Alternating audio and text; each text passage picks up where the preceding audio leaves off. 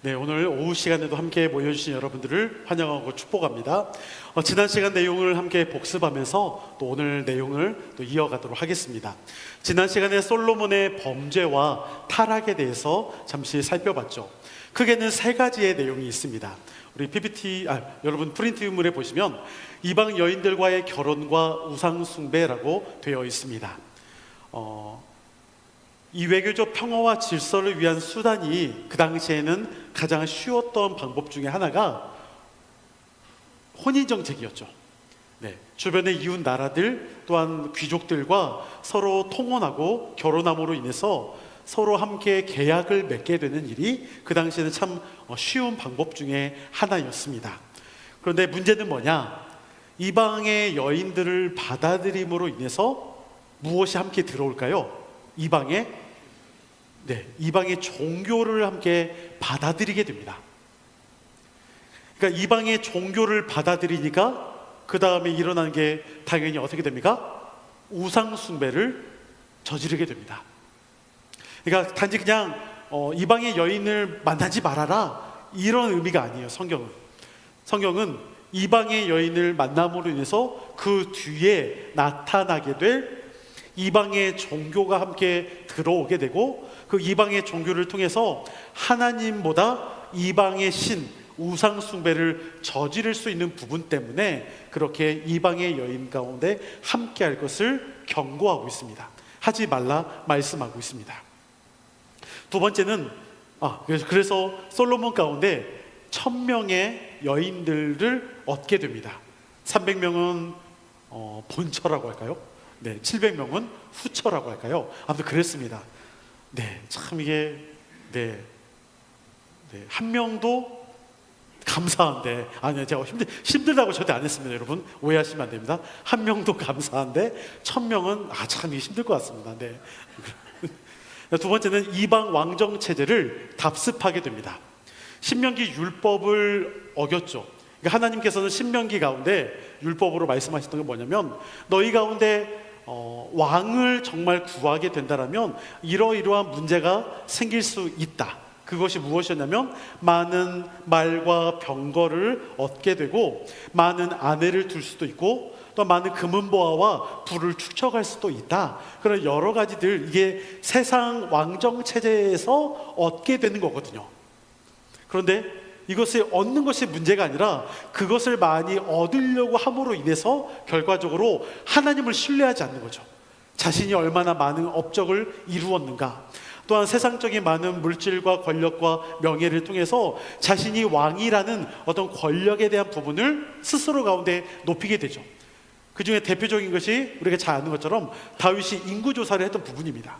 자신이 얼마나 왕으로서 자신의 때에 부응했고 또 그걸 통해서 얼마나 많은 세금을 징수할 수 있고 그런 여러 가지들을 했던 것이 바로 다윗의 어떤 모습이었기도 했죠. 그래서 하나님 앞에 혼났습니다. 이러한 어떤 내용이 솔로몬 가운데 있었습니다. 솔로몬이 많은 부를 얻었고 많은 아내를 얻고 말과 병거와 주변의 다른 나라들보다 더 강한 어떤 힘을 갖고 있었습니다.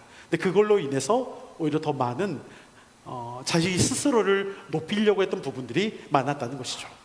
그러니까 여러분 축복이 정말 많은 것을 우리가 얻는 것이 좋은 것이 분명히 있죠. 하나님의 축복이 있죠. 그렇지만 그 축복이 하나님의 뜻에서 아름답게 사용되어지는 것이 아니라 단지 나를 위해서 내가 얼마나 복을 받았고 그 무엇인가를 내가 자랑하고 그걸 통해서 하나님을 신뢰하지 못한다라면, 하나님과 더 멀어진다라면 그것은 축복이 아니라 오히려 잘못된 것이라 말을 할 수 있겠죠. 세 번째, 무리한 건축입니다. 20년 동안의 무리한 건축 사업이 이어졌죠. 성전을 짓는 것은 7년이 걸렸습니다. 근데 솔로몬 왕궁을 짓는 것은 13년이 걸렸습니다. 그래서 합 20년이요. 문제는 뭐냐?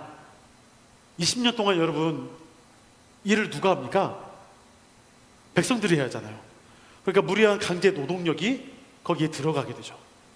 강제 노동력이 들어가고 또한 과도한 세금이 들어가게 됩니다. 그러니까 그런 여러 가지 일들이 있게 되죠. PPT 한 번만 보여주실까요? PPT 없나요? 네네네, 감사합니다. 이게 솔로몬 시대의 예루살렘의 모습입니다. 저기 위쪽에 보면 성전이라고 이렇게 되어 있는 부분이 있고요. 잠깐만요. 여기가 성전, 이게 솔로몬 왕궁입니다. 네, 솔로몬 왕궁 훨씬 크죠? 13년이 걸렸으니까요. 큽니다. 그리고 이제 여기 주변이 이제 예루살렘 성벽입니다. 백성들이 이렇게 쭉 살고 있고요. 그러니까 여러분, 물론 이게 사진은 아니고 그 당시에 이제 뭐랄까 복원하고 또 이것을 고고학으로 또 발굴해낸 장소를 토대로 해서 그려진 그림입니다. 그러니까 이렇게 어떻게 보면 오래된 그러한 시대 가운데 성전을 짓고 왕궁을 짓고 하는 20년이라는 시간이 그만큼 오랫동안 많은 노동력과 세금과 또한 20년 동안 여러분 이거 지으면서 또한 그 성벽을 또 함께 방어해야 하는 또한 군인들도 함께 있게 되는 그 모든 것이 백성들이 감당해야 할 몫이기 때문에 무리한 일을 통해서 점점 민심을 잃어가게 됩니다. 그러니까 백성들이 점점 솔로몬에 대해서 이제 안 좋은 마음을 품게 되고요. 결국 나중에 이제 르호보암, 아들 르호보암 때 이제 그러한 무리한 것들로 인해서 남과 북으로 두 개의 나라로 갈라지게 됩니다. 이러한 부분들은 나중에 이제 통일 왕국 이후에 분열 왕국 시대 때 좀 더 살펴보겠습니다. 자, 이제 오늘 내용은 잠언에 대해서 좀 보려고 합니다. 지난 시간에 잠언 전도서 아가서를 간단하게나마 좀 보기는 했었는데요. 잠언에 대한 부분을 좀 보겠습니다. 잠언에 대한 몇 가지 오해가 있습니다. 그 오해는 뭐냐? 첫 번째, 잠언은 쉽다는 오해입니다. 잠언을 이해함에 있어서는 이스라엘의 역사, 지식, 규례, 율법, 제사법 이렇게 필요는 없어요. 그렇죠? 여러분 잠언에서 게으르지 말아라 예를 들면 열심히 하나님을 섬겨야 한다 이런 좋은 이야기 근면 성실해야 한다 이런 이야기는 나오지만 레위기 제사법처럼 번제와 소제를 드리기 위해서 뭘 하고 이런 내용은 없습니다. 그러니까 어떻게 보면 비교적 좀 쉽습니다. 그리고 시대적 문화적인 배경도 크게 바벨론 포로 돌아와서 1차, 2차, 3차에 걸쳐 성전을 짓고 성벽도 짓고 굳이 이러한 내용도 없습니다. 그러니까 큰 그런 역사적인 흐름 배경 이런 내용은 없다 보니까 다른 어떻게 성경을 보면 좀 쉽다 생각할 수는 있습니다. 그러다 보니 잠언의 내용들은 많은 주제적인 내용들에 대해서 또 삶에서의 내용들에 대해서 보편적인 부분들이 있습니다.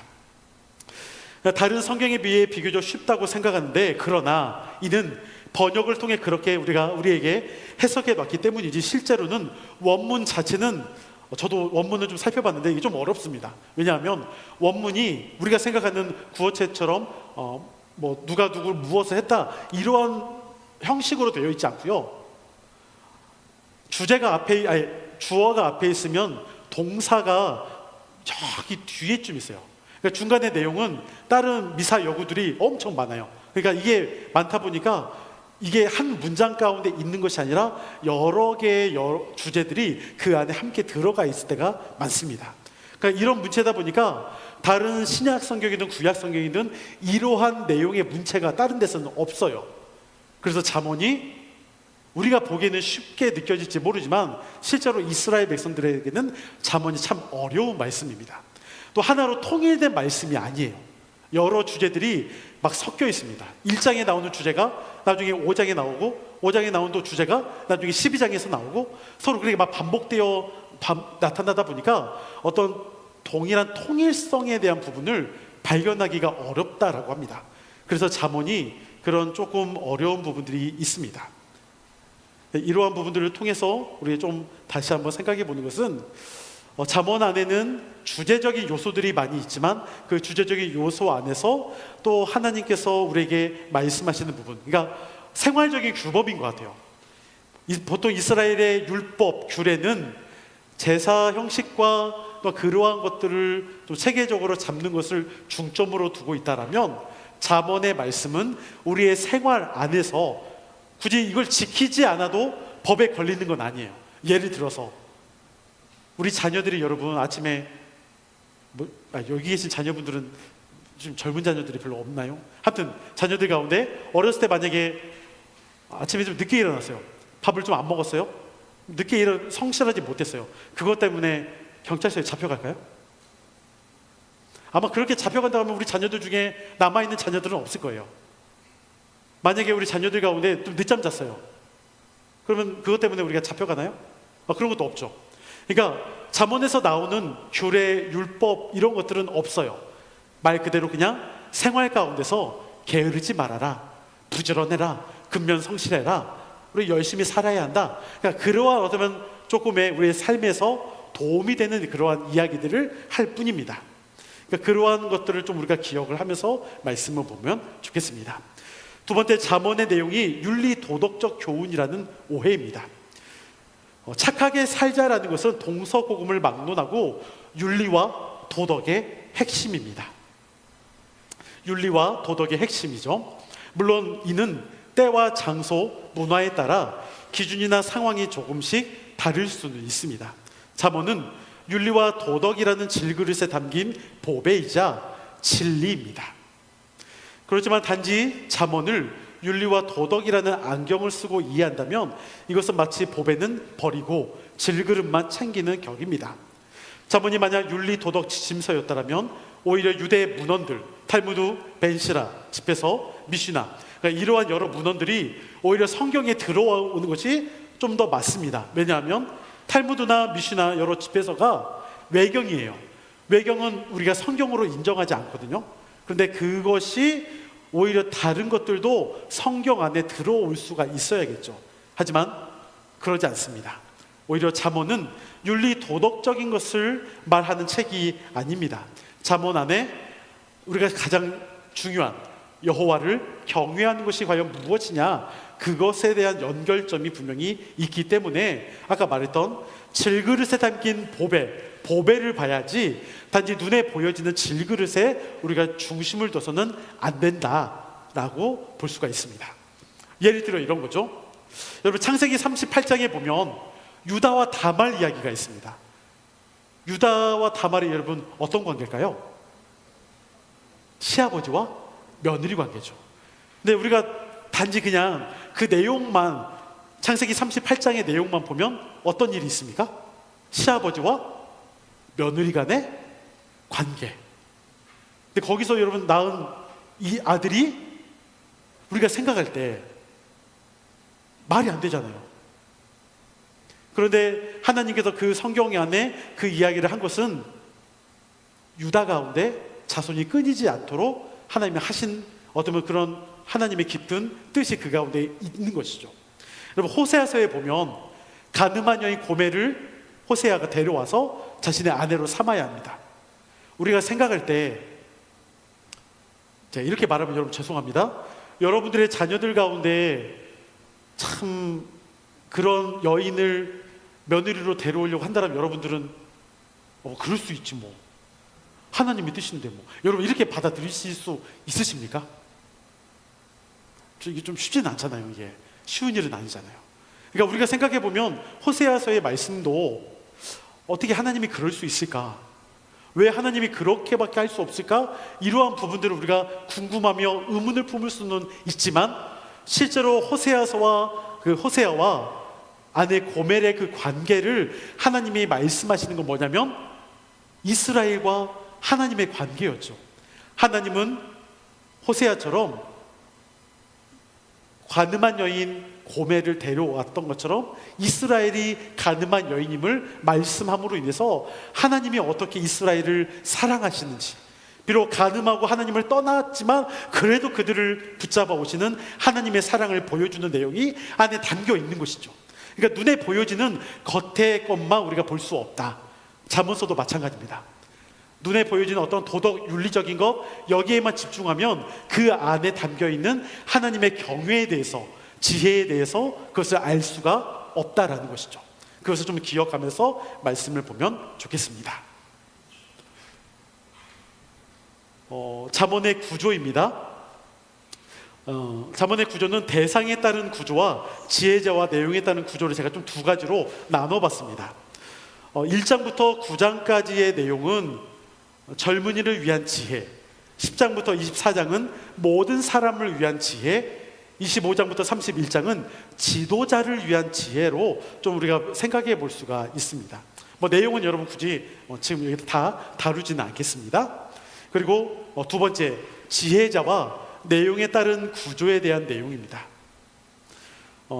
이것은 조금 더 세분화시켰습니다. 이것은 뭐냐면 어떤 지혜자가 어떤 이야기를 했는가, 좀 또 그런 것들을 조금 세분화했습니다. 먼저 1장 1절부터 7절까지의 내용은 머릿말입니다. 제가 한 가지 좀 잘못 써놨습니다. 잠언의 무엇을 소개하는 게 아니라 바뀌었어요. 솔로몬의 잠언을 소개합니다 라고 되어야 합니다. 제가 좀 졸다가 썼습니다. 여러분 이해하시고요. 솔로몬의 잠언을 소개하고 있습니다. 의롭고 공평한 지혜로운 삶에 대해서 말하고 있고요. 1장 8절부터 9장까지의 내용은 지혜 담화라고 해서 조금 아주 간략간략한 주제별로 좀 나누어져 있습니다. 경고와 책망, 악인들에 대한 방어, 지혜의 가치, 간음, 어리석음에 대한 경고, 음행에 대한 경고, 여러 가지 또 이렇게 대조적으로 있는 내용도 있습니다. 10장부터 22장 16절까지의 내용은 솔로몬의 잠언이라고 되어 있는 부분이 있습니다.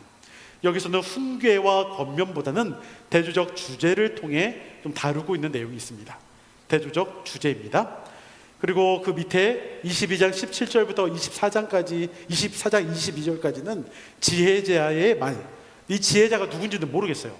지혜자의 말이 있고요. 그리고 24장 23절부터 34절까지는 또 지혜자의 말이 두 번에 있고요. 25장부터 29장까지의 내용은 솔로몬의 잠언이라고 말하고는 있는데 실제로는 누구의 모음집이냐면 히스기야 왕의 모음집입니다. 히스기야 왕이 이것을 나중에 이렇게 이제 모아진 것을 가지고서 이야기를 합니다. 이게 조금 그래서 여러분 좀 이게 순서가 알고 보면 좀 이게 어려워요. 왜냐하면 순서상 솔로몬이 먼저 히스기야가 먼저일까요? 여러분 이걸 고민하면 안 되는데. 네, 솔로몬은 어느 시대죠? 통일 왕국 시대. 히스기야는 분열 왕국 시대죠. 그러면 여러분 순서상으로는 누가 먼저 나와야 돼요? 히스기야가 먼저가 아니라 솔로몬이 먼저 나와야겠죠. 근데 솔로몬의 잠언이라고 말하면서 여기서 히스기야의 모음집이라고 했잖아요. 그러니까 알고 보면 히스기야가 솔로몬의 말을 모아서 했다라고 하면 이해가 되는데 솔로몬이 아직 자기 뒤에 나타날 히스기야 왕의 그걸 모아가지고 이렇게 했다? 이게 말이 안 될 수 있잖아요. 그래서 이게 조금은 잠언이 쓰여졌던 시기가 솔로몬이 대부분 많이 지었다고는 하지만 실제로 이것이 나중에 쓰여진 것은 포로기 이후에 쓰여졌다라고 말을 하기도 합니다. 그런 내용들이 좀 섞여 있다라고도 하는데요. 여러분 순서는 그렇게 여러분 중요하게 생각하지 않으셔도 괜찮고요. 30장은 아굴의 격언, 31장은 르무엘의 격언에 대한 내용이 있습니다. 이런 부분에 빨리 넘어갈게요. 자, 잠언에 대한 이해입니다. 잠언은 어떤 책인가? 잠언은 찌르고 경계하며 타이르는 말들을 모은 모음집, 경구라는 표현으로 씁니다. 경구의 사전적 뜻은 진리나 삶에 대한 느낌과 사상을 간결하고 날카롭게 표현한 말이라고 할 수 있습니다. 오래된 옛 지혜의 말씀에 의해 신앙적 윤리적 미성숙함을 벗고 진정한 성숙으로 거듭나게 하는 가르침입니다. 혹시 PPT 한 번만 보여줄 수 있을까요? 이렇게 그래프처럼 생긴 거 있을까요? 네. 이게 뭐냐면 우리가 보통 지혜서를 말할 때 잠언과 욥기와 전도서, 물론 시편 아가서도 말을 하기는 하는데요. 이게 점점 성숙의 정도를 말하는 것 같아요. 또 시간적인 간격. 그러니까 일반적으로 잠언을 솔로몬이 많이 기록했다라고는 하는데 그것이 좀 이렇게 아직 좀 젊었을 때 썼다라고 많이 하고요. 욥기는 우리가 생각할 때 지혜서 가운데 욥기 하면 여러분 뭐가 생각나죠? 늘 고통, 그렇죠? 고난. 그러니까 인생을 살아오면서 우리 가운데 그렇게 좀 성숙해가는 어떤 시기, 쓴맛을 막 맛보기도 하고 어려움을 겪기도 하는 그러한 어떤 시간이 욥기와 가정이고요. 전도서는 우리가 잘 아는 것처럼 솔로몬이 거의 말년에 기록했던 책이라고 해서 뭐라고 표현하는 한탄이 있죠. 모든 것이 헛되고 헛되도다.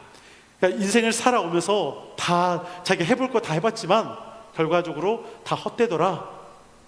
하나님 앞에 나아가는 것이 제일 중요하다라고 말하는 것처럼 어떻게 보면 시간의 단계 가운데 처음에는 잠언, 욥기, 전도서로 성숙해가는 어떤 신앙의 여정, 처음에는 규범적인 것서부터 예외적인 것으로 삶으로 어떻게 보면 전환되어가는 어떤 그러한 시간들을 보면서 인간의 성숙해가는 과정과 같은 지혜서의 처음의 시작이 바로 잠언이다라고 말을 하기도 합니다. 이거 다음에 거 PPT 한 번만 보여주실까요? 네. 아까 이제 잠언의 전체적인 내용들을 크게는 이렇게 세 부분으로 나누어서 말했고요. 그 다음 PPT요. 네. 잠언에 대해서 우리 좀 더 이해하면 솔로몬의 잠언이 가장 많다. 375개. 이스라엘 사람이 아닌 것으로 추정되는 잠언도 있다. 아까 말했던 지혜자. 두 가지 형식 훈계와 잠언으로 되어 있고, 네, 뭐뭐 해라, 그렇지 않으면 뭐뭐 되다. 일상일지의 큰 주제들, 언어 사용, 돈 사용, 뭐 이런 것도 있다. 그러니까 생활적인 규범에 대해서 특별하게 잠언을 지키지 않았을 때 뭐 잡혀가는 건 아니에요. 또 우리가 뭔가 구속되는 것도 아니고, 하지만 인생의 삶에서 하나님 앞에 내가 부끄럽지 않는 삶을 살아가기 위해, 성숙한 신앙의 삶을 살아가기 위해 잠언의 말씀은 우리에게 도움이 되고 있다라는 것을 말함으로 인해서 하나님이 우리 인생의 삶을 이렇게 주관해 가신다는 것을 눈여겨봐야 합니다. 내 마음대로 살아갈 수 있죠. 내 뜻대로 의지대로 살아갈 수 있습니다. 하지만 하나님은 그걸 원치 않으시고 우리가 작은 신앙 안에 있을 때 한 단계 한 단계 우리 삶에서 어떠한 성숙의 모습으로 자라가야 하는가를 말씀하고 있는, 성숙으로 거듭나게 하는 가르침이라는 사실을 기억하면 좋겠습니다. 2번, 다양한 저자들과 기록 시기입니다. 잠언은 시편처럼 각기 다른 시대, 다른 저자들이 쓴 글들의 모음집입니다. 표제 1장 1절에 보면 저자가 솔로몬 한 사람인 것처럼 확신하게 하지만 실제 내용을 보면 여러 저자의 말이 어울려 있습니다. 아까 말했던 것처럼 여러 지혜자가 있고 히스기야의 어떤 말도 있고요. 또 아구레의 이야기도 있습니다. 또 성숙한 여인, 좀 이렇게 현숙한 여인도 또 내용도 있습니다. 그래서 저작된 시기도 꽤 오랜 시간 동안 기록되고 수집되어 전승되었을 것으로 유추합니다. 많은 학자들은 1장부터 9장은 포로 이후 시대, 10장부터 29장은 포로기 이전 시대로 나누기도 합니다. 그러니까 아까 말했던 솔로몬이 많이 뭐 이렇게 이야기하는 내용은 10장부터 29장 사이다 보니까 포로기 이전으로 보는 것이고요.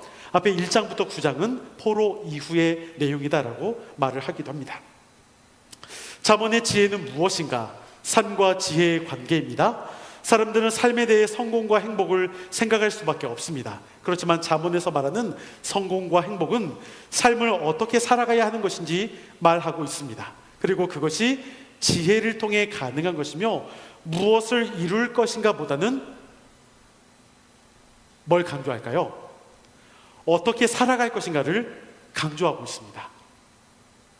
저는 근데 이것이 우리 그리스도인들의 신앙의 자세인 것 같습니다. 그러니까 무엇을 이룰 것인가 라고 우리가 집중을 하다 보면 우리가 어떻게 보면 결과에 대한 부분을 생각을 할 수밖에 없습니다. 성공이냐, 어떠한 성취를 거둘 것이냐, 결과가 어떻게 나타날 것이냐. 물론 성취, 결과도 참 중요합니다. 그런데 그리스도인들에게 성취와 결과는 하나님께 맡기는 거예요. 중요한 것은 어떻게 살 것인가입니다. 하나님이 우리에게 허락하시는 믿음 안에서 내가 하나님 나라 백성으로서 하나님 나라를 어떻게 살아가야 할 것인가.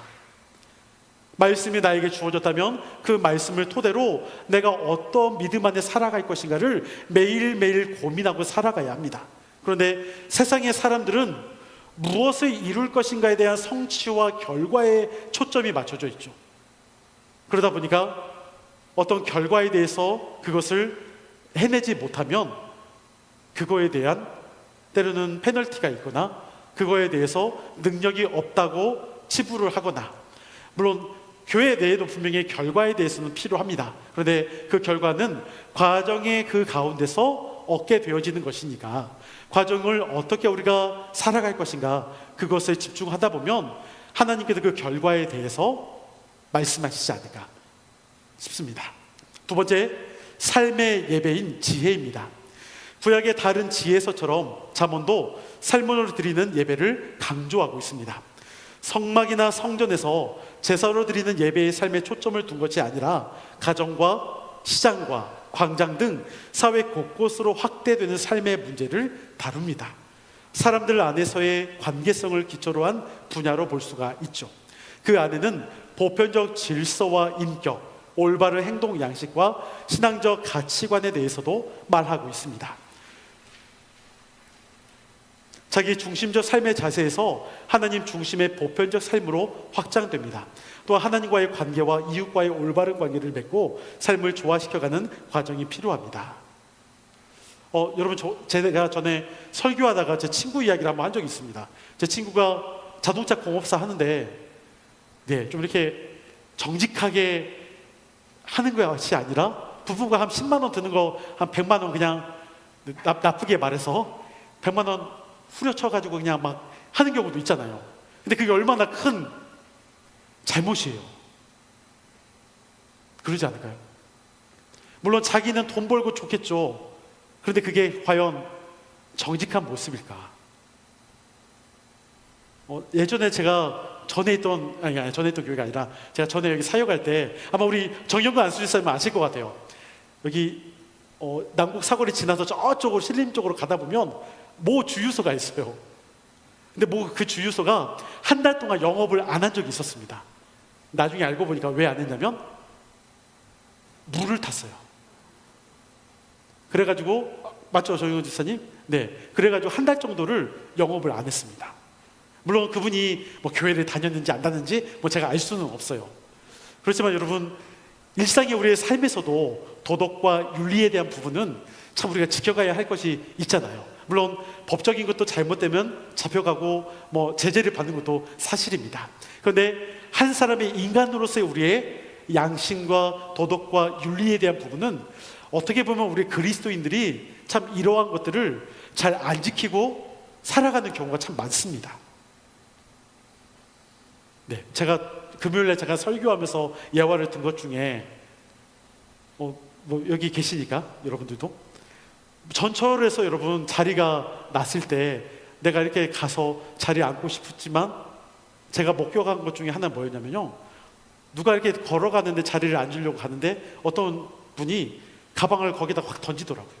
그 자리에 그 가방이 싹 올려져 있어요. 누가 이제 가면서 이제 다른 한 분은 불러요. 뭐라고 얘기했을까요? 권사님 이리 와. 여러분, 어떻게 보면 참 별거 아닌 일일 수 있어요. 근데 그렇게 말하고 행동하는 것, 그런 거 하나가 주변에 있는 다른 사람들 가운데 불편함을 줄 수 있잖아요.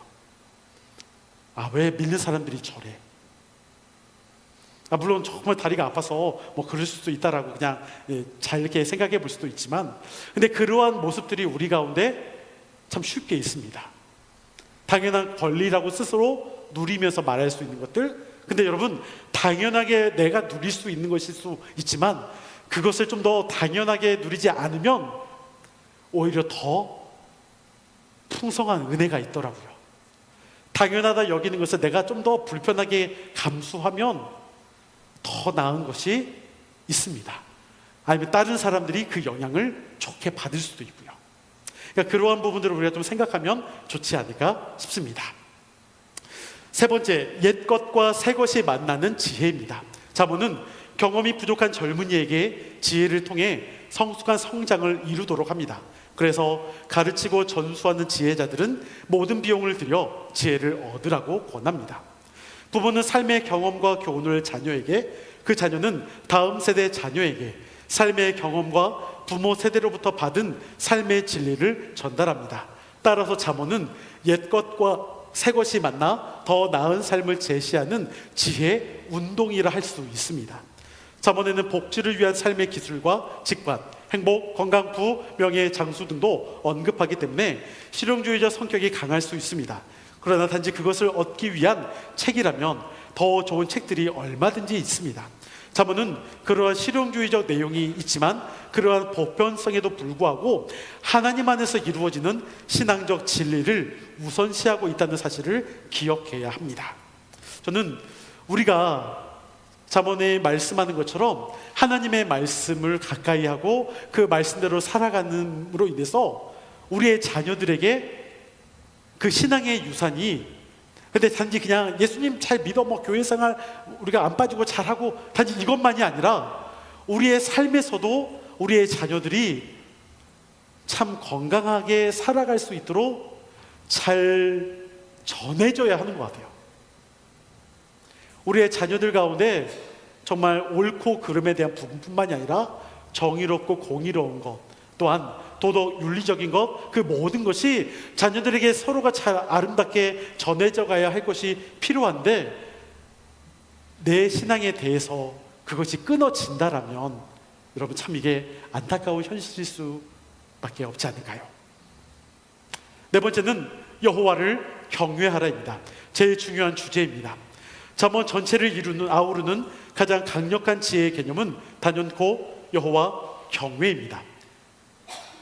이는 잠언 지혜의 보편성과 실용주의적 성격에도 불구하고 잠언의 지혜를 하나로 묶게 합니다. 여호와 경외하는 삶의 지혜와 지식 차원의 지혜를 뛰어넘습니다. 이스라엘 지혜와 지식은 여호와 경외에 뿌리를 두기에 잠언은 시작과 끝맺음에 있어서 여호와를 경외하라라고 말씀합니다. 여호와 경외의 사상은 하나님이 세계의 창조자요 세계를 감독하며 심판자라는 믿음에 근거하는 것입니다. 따라서 지혜의 근원이신 하나님을 향한 참된 경배와 찬양, 헌신을 뜻합니다. 그러므로 지혜를 얻는 것과 여호와를 두려워하는 것은 잠언의 중요한 신학적 주제임을 기억해야 합니다. 여호와를 경외한다는 것, 그것은 하나님의 말씀 앞에 내가 철저하게 순종할 수 있다는 것입니다. 그래서 우리 함께 기억한다라면 여호와를 경외하는 잠언의 지혜가 저와 여러분들 가운데 있으면 좋겠습니다. 특별히 혹시 여러분 질문할 거 있을까요? 네, 없으면 감사하고요. 한 가지만 여러분 광고하겠습니다. 오늘 우리 공종구 목사님께서 이제 사임을 하시고 아마 이제 새로운 사역자분이 또 이제 오시게 됩니다. 근데 아마 12월 한 달 동안은 아마 못 오실 것 같아요. 그래서 지금 청년부를 이제 또 지금 이제 청년부가 지금 공석이 돼요. 한 달 정도가. 그래서 보니까 지금 12월 첫째 주, 다음 주죠. 다음 주는 우리 장로님들 추대식이 있고 또 셋째 주는 성탄절 행사가 오후에 있어서 연합으로 2주간을 드립니다. 그래서 12월 둘째 주하고 12월 넷째 주가 아마 제가 되도록이면 청년부에 내려가서 청년들 가운데 좀 함께 좀 말씀을 전하기도 하고 또 그래야 하지 않을까 싶습니다. 괜찮을까요? 네, 감사합니다. 우리 청년들을 생각해 주시는 그 귀한 마음 제가 잘 전하겠습니다. 그래서 둘째 주와 넷째 주에는 아마 우리 부교육자분들께서 함께 말씀을 또 잘 전해 주실 것 같습니다. 혹시 저 없다고 안 오거나 이러지 않겠죠? 네, 저 없으면 오히려 더 많이 오시면 제가 오히려 배 아플 것 같습니다. 네, 그게 더 감사한 일이니까요. 제가 기도하겠습니다. 거룩하신 아버지 하나님, 오늘 잠언의 말씀을 함께 살펴봅니다. 여호와를 경외하는 것, 각각의 그 잠언에 안에 주제들이 여러 주제들이 많습니다. 그 각각의 주제들을 보면 도덕 윤리적인 어떤 그러한 말씀으로 우리가 생각해 볼 수가 있습니다. 하지만 그 도덕 윤리적인 그 말씀으로만 우리가 잠언을 받아들이는 것이 아니라 하나님을 경외하는 사람이라면 당연히 우리의 삶에서의 모든 것들이 하나님의 뜻 안에서 우리가 살아가야 할 당연한 모습임을 또 깨닫기를 소망합니다. 그러므로 여호와를 경외하는 복된 삶을 통해서 하나님, 우리 자녀들이, 우리의 또한 다음 세대의 영혼들이 또한 주변에 있는 이웃들에게, 또한 힘들어하고 아파하는 이들에게 정말 하나님의 그 말씀이 아름답게 다가가며 위로가 되고, 또한 그 말씀이 힘이 되어주고 소중한 말씀으로 함께 증거되어져서 하나님 그 영혼들이 더 하나님 앞에 돌아오며 하나님을 경외하며 하나님을 정말 높여드릴 수 있는 그러한 은혜 가운데 살아갈 수 있도록 역사하여 주시옵소서.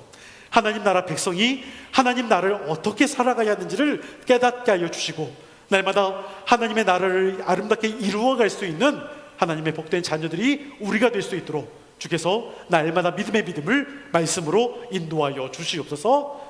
이제는 우리 주 예수 그리스도의 은혜와 아버지 하나님의 무한하신 사랑하심과 성령님의 감동, 역사, 교통, 충만하심이 오직 그리스도 안에서 힘을 얻고 하나님을 경외하는 그 말씀 안에서 힘을 얻고 우리의 삶에서 오직 하나님과 함께 동행하는 복된 삶을 살아가는 하나님의 거룩한 자녀들 가운데, 우리의 모든 또한 교인들 가운데, 또한 가정의 자녀들과 그 앞길 가운데 영원토록 함께 하시기를 간절히 축원하옵나이다. 아멘.